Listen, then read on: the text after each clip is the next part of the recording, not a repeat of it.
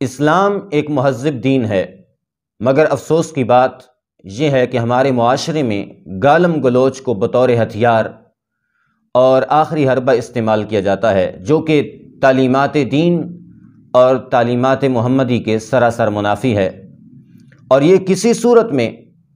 اسلام اور اہل سنت کی آبیاری نہیں بلکہ یہ دین کا نقصان ہے۔ آپ کے کسی کے ساتھ لاکھ اختلاف ہو سکتے ہیں، لیکن ان کا علمی انداز میں محاسبہ کرنا سیکھیں۔ افسوس اس بات کا ہے کہ آج جس شخص کو میں یہ پیغام دینا چاہ رہا ہوں وہ اپنے آپ کو عالم دین بھی کہلواتا ہے، کسی مسجد کا امام و خطیب بھی ہے، اور باقاعدہ ایک ادارے ہے، فاضل ہے۔ مجھے ضرورت نہیں کہ میں اس ادارے کا نام لوں، سمجھنے والے لوگ سمجھ جائیں گے کہ اس شخص کا کس ادارے کے ساتھ تعلق ہو سکتا ہے اور یہ شخص کن لوگوں کا تربیت یافتہ ہو سکتا ہے کہ ایک عالم دین ہو کر علماء پر زبان چلائے، علماء کو بکواس کرے اور ان کی عزت کو اچھالے، ان کی عزت کے ساتھ کھلواڑ کرے اور لان تان کرے اور گالم گلوچ کرے۔ معزز ناظرین کرام، آپ پہلے اس عالم دین کی وہ جو گفتگو ہے وہ سماعت فرما لیں۔ جیسا کہ کل کو میں نے آپ کے سامنے وہ ایک مروانی اور شمری اور یزیدی اور ابن زیادی گروپ کی چند ایک حقائق آپ کے سامنے رکھے تھے، اسی بات کو آگے بڑھاتے ہوئے یہ پارٹ نمبر 2 ہے، یہ یاد رکھنا، پارٹ 2 یہ والیوم 10 تک بات جائے گی، اور جو 10 والیوم ہوگا نا وہ جب کھلے گا تو پھر سب طرف کھلبلی مچے گی۔ اب اس لیے کہ ہم میدان میں اترے ہیں تو ہم خاموش تھے کہ کہیں چمن کا امن برباد نہ ہو، اور تم یہ سمجھ بیٹھے نادان کہ اب میں قوت للکار نہیں ہے، اور ناسبیوں اور خارجیوں اور رافضیوں اور کتوں اور کمینوں اور دلیوں اور خبیصوں، اور تم نے کیا سمجھ رکھا ہے مختارہ مائی تو دیکھ لیے تو یہ میں نے یہ دیکھ یہ اور کتے کمینے دلے اور کنجر کی اولاد، بات سنو میری، کال کے لاؤں گا، میں نہیں چھوڑوں گا۔ میرے سادات، میرے پیرخانے، میری مادر علمی، میرے مرشد کریم کے صاحبزادوں پر کوئی بھونکے اور میں خاموش ہوں، یہ میرے سے اس سے بڑھ کر میری یہ کوئی اور موت ہی نہیں ہے۔ لہذا آپ تمہارا تمام کا کچا کمر کھولوں گا، اور ابھی جو والیوم 10 ہوگا، والیوم 10 میں میں نے تمہاری تمام کی سلواریں اتار کے رکھ لینی ہے، تمہاری مختارم آئی تیرے لیے ابھی اور ساری ڈوز تیرے جراثیموں اور وائرس کا علاج ہم نے کرنا ہے، اور بہترین علاج میں نے کرنا ہے انشاءاللہ، اور ثبوت پروف دوں گا، اور رافضیوں اور ناسبیوں اور خارجیوں اور کتوں کمینیوں اور دلیوں، تمہارا واسطہ حسنی حسینی اور علی کے وارثوں سے پڑا ہے، ٹھیک ہے؟ میرا شجرہ نسب جا کے مولا علی سے ملتا ہے، اور یہ پنڈی کا یہ کفران، یہ کتا، یہ کمینہ، یہ خبیث کفران کی میں بات کر رہا ہوں، یہ جو پیر بنا ہوا ہے، میں ان کے ہجوم کی۔ آپ نے یہ ویڈیو کلپ دیکھا ہے، یہ شخص کس انداز سے بیہودہ گالیاں دے رہا ہے، اور گالیاں بھی کسی عام بندے کو نہیں دے رہا، علماء کو گالیاں دے رہا ہے۔ اور علماء کون سے ہیں؟ مفتی پروفیسر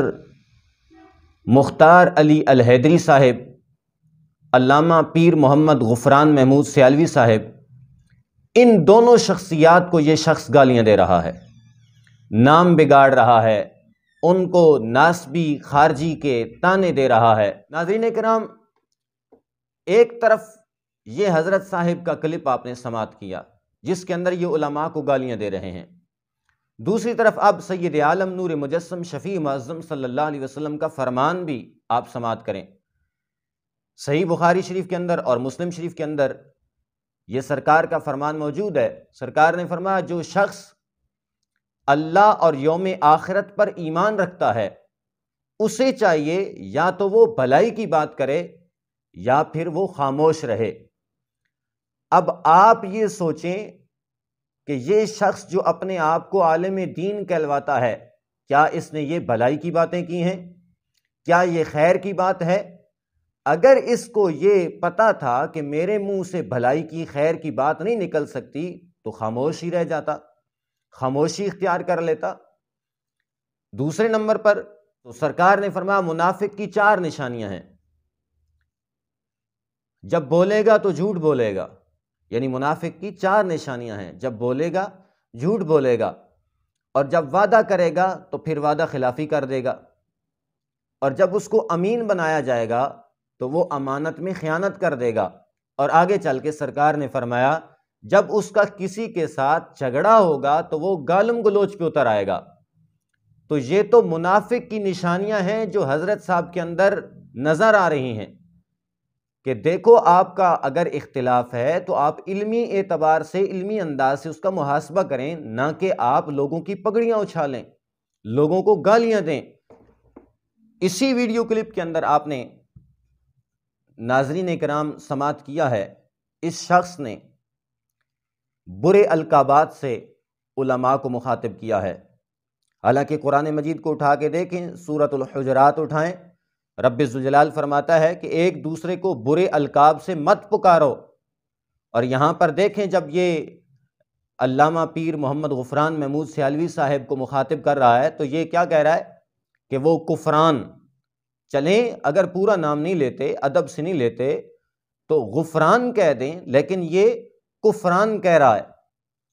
اب کیا ان صاحب نے 8-9 سالوں میں اتنا بھی نہیں پڑھا؟ کیا ان کو قرآن مجید کا ترجمہ و تفسیر بھی نہیں پڑھایا گیا؟